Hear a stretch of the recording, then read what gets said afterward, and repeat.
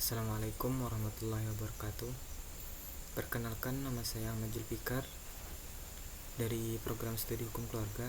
Kali ini saya akan menganalisis fatwa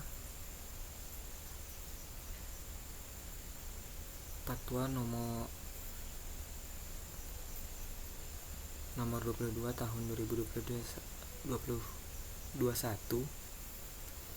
tentang hukum penggunaan kokon ulat sutra untuk kosmetika. Selanjutnya, analisis fatwa MUI nomor 22 tahun 2021 tentang hukum penggunaan kokon ulat sutra untuk kosmetika.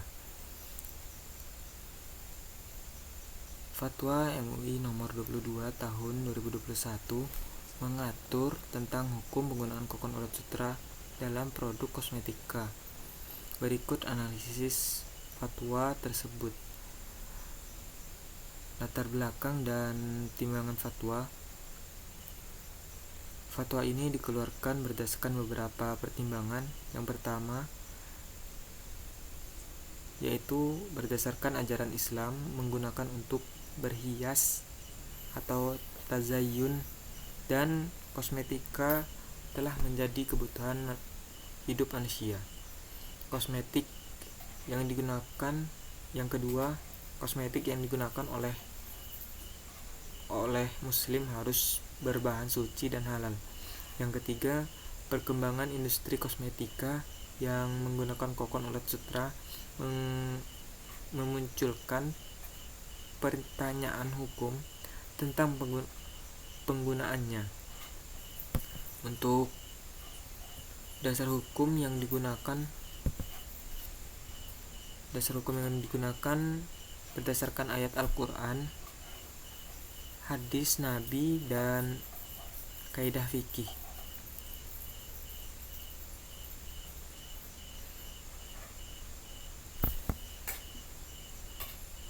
Di sini dalam ayat Al-Quran surah Al-A'raf ayat 31 tentang perintah berhias yang berbunyi, Ya bani Adam khudhu zinatakum inda kulli masjidin wa kullu wasrabu wa la tusrifun innahu la yuhibbul musrifin. Artinya, wahai anak cucu Adam, pakailah pakaianmu yang bagus, dan setiap memasuki masjid, makan makanan dan minumlah, tetapi jangan berlebih-lebihan. Sesungguhnya Allah tidak menyukai orang yang berlebih-lebihan. Quran surah Al-A'raf ayat 31. Selanjutnya, Quran surah Al-A'raf ayat 22.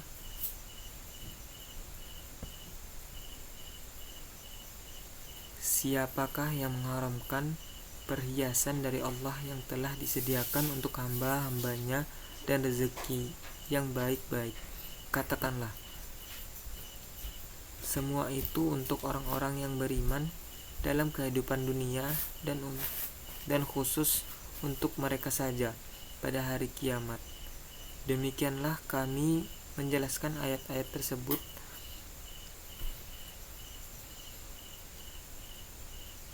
untuk orang-orang yang mengetahui.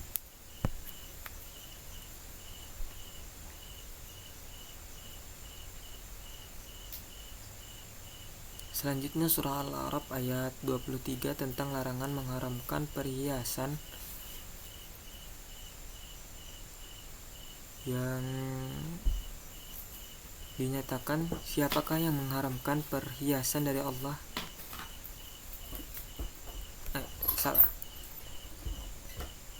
Surah Al-A'raf ayat 157 yang dinyatakan, dan Allah menghalalkan segala yang baik bagi mereka dan mengharamkan bagi mereka segala sesuatu yang buruk.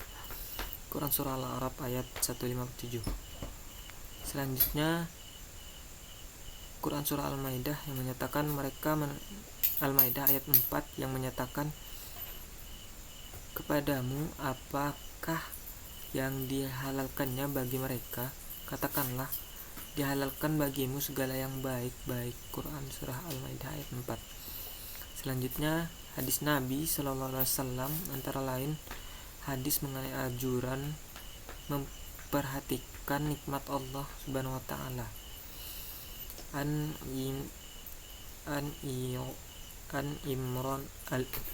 Imran bin Husain qala inna Rasulullah alaihi salam qala man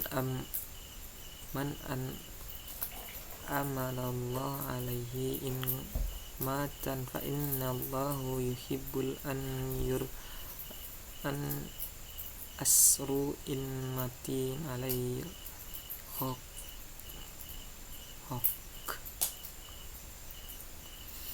Dari Imran bin Husain, ia berkata, sesungguhnya Rasulullah SAW bersabda, siapapun yang diberi nikmat oleh Allah dengan sesuatu nikmatnya, maka Allah senang bukti nikmatnya kepada makhluk itu tersebut. Hadis riwayat Ahmad.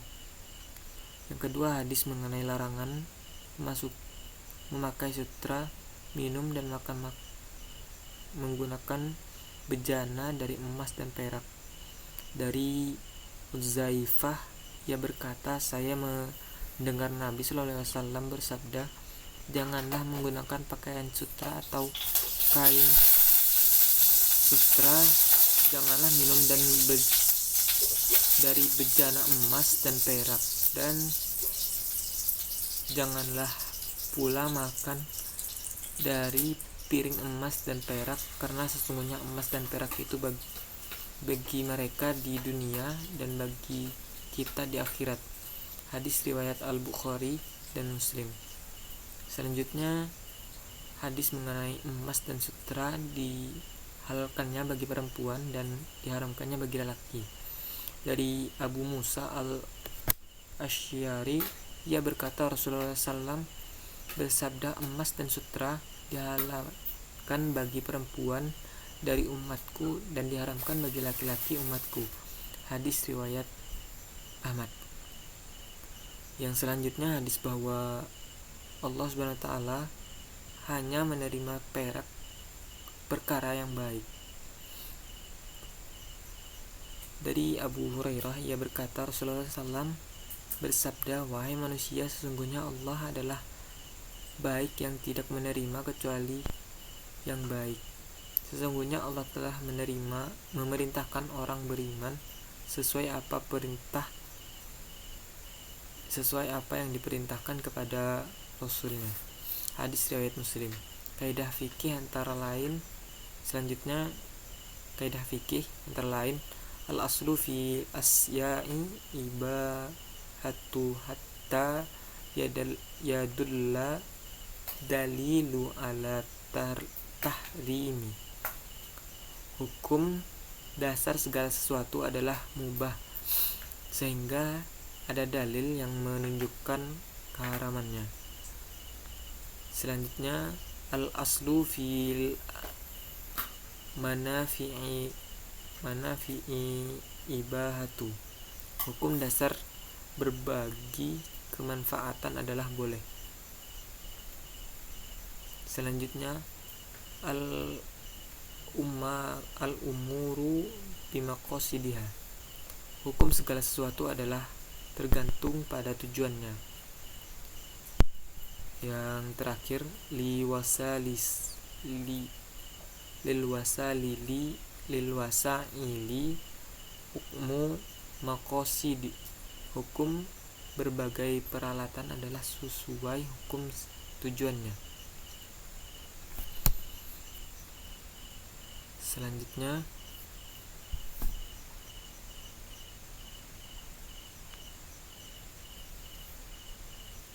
ketentuan yang ditetapkan. Kokon ulat sutra hukumnya suci jika kokon ulat sutra tercampur najis wajib disucikan serta secara syar'i sebelum diproses.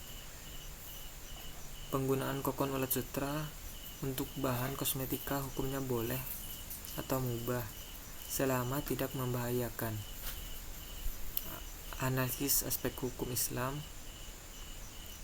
Dari aspek kesucian, fatwa menetapkan kokon ulat sutra sebagai bahan yang suci, konsisten dengan prinsip bahwa bahan alami pada dasarnya adalah suci kecuali ada dalil yang menunjukkan sebaliknya. Dari aspek pemanfaatan, mengikuti prinsip hukum dasar berbagi kemanfaatan adalah boleh, yang memungkinkan penggunaan kokon ulat sutra untuk kosmetika. Dari aspek pembatasan, fatwa memberi syarat selama tidak membahayakan, sejalan dengan prinsip syariah untuk kemanfaatan tidak boleh menimbulkan mudarat. Dari aspek pengecualian, fatwa memperhatikan pengecualian terkait perempuan dan najis yang mengharuskan proses penyucian secara syar'i. Relevansi dengan industri kosmetika modern. Fatwa ini memberikan landasan hukum bagi industri kosmetika halal untuk menggunakan kokon ulat sutra sebagai bahan baku dengan ketentuan, yaitu bahan kokon ulat sutra harus suci. Proses produksi harus memperhatikan aspek kesucian bahan. Produk akhir tidak boleh membahayakan pengguna. Selanjutnya,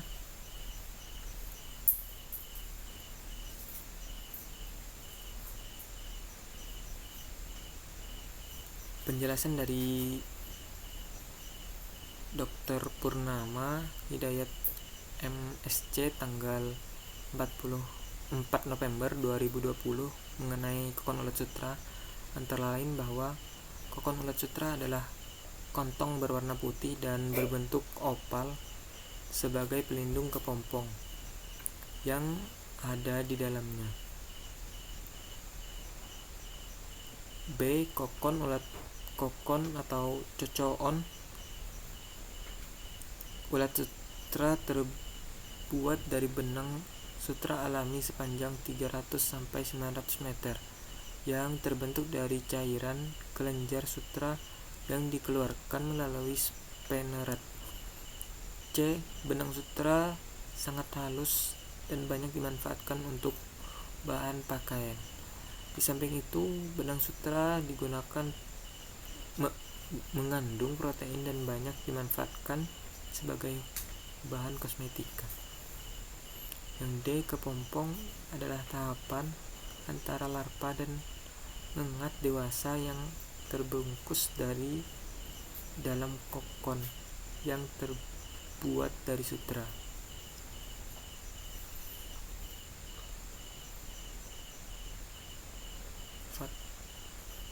Fatwa Majelis Ulama Indonesia nomor 30 tahun 2011 tentang penggunaan plasenta hewan halal untuk bahan kosmetika dan obat luar.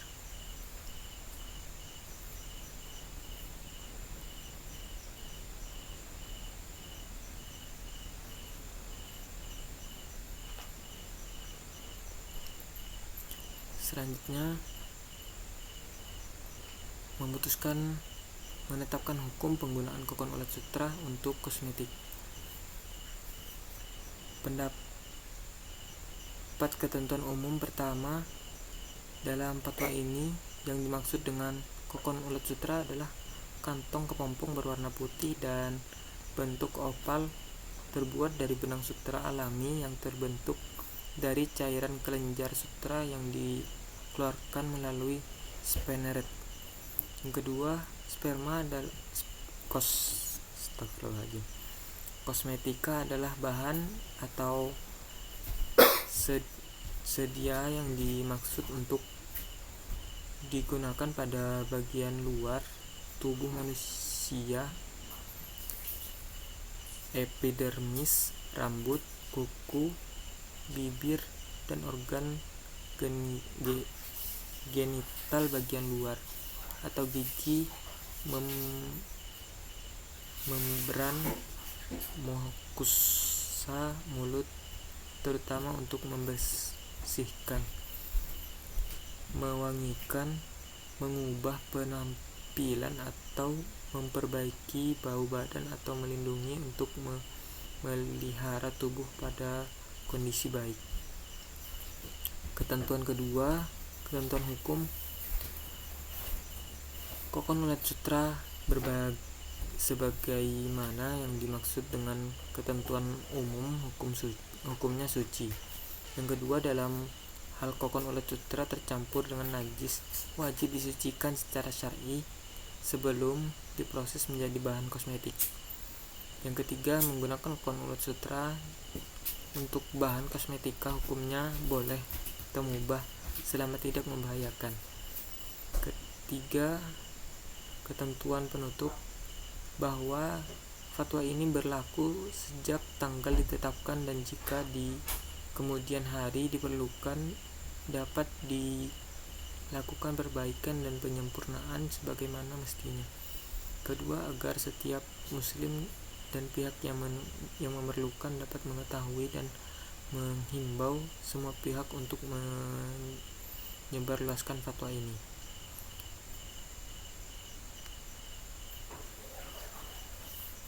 Kesimpulan dari Fatwa MUI nomor 22 tahun 2021 merupakan respon terhadap perkembangan industri kosmetik yang menggunakan kokon ulat sutra. Secara umum, fatwa ini bersifat akomodatif terhadap kebutuhan industri dengan tetap mempertahankan prinsip-prinsip syariat Islam terkait kesucian bahan dan keamanan produk. Fatwa ini juga menyediakan kejelasan produk. Fatwa ini juga menyediakan kejelasan hukum bagi konsumen muslim dalam memilih produk kosmetika yang mengandung kokon ulat sutra. Demikian dari saya, wabillahi taufik wal hidayah. Wassalamualaikum warahmatullahi wabarakatuh.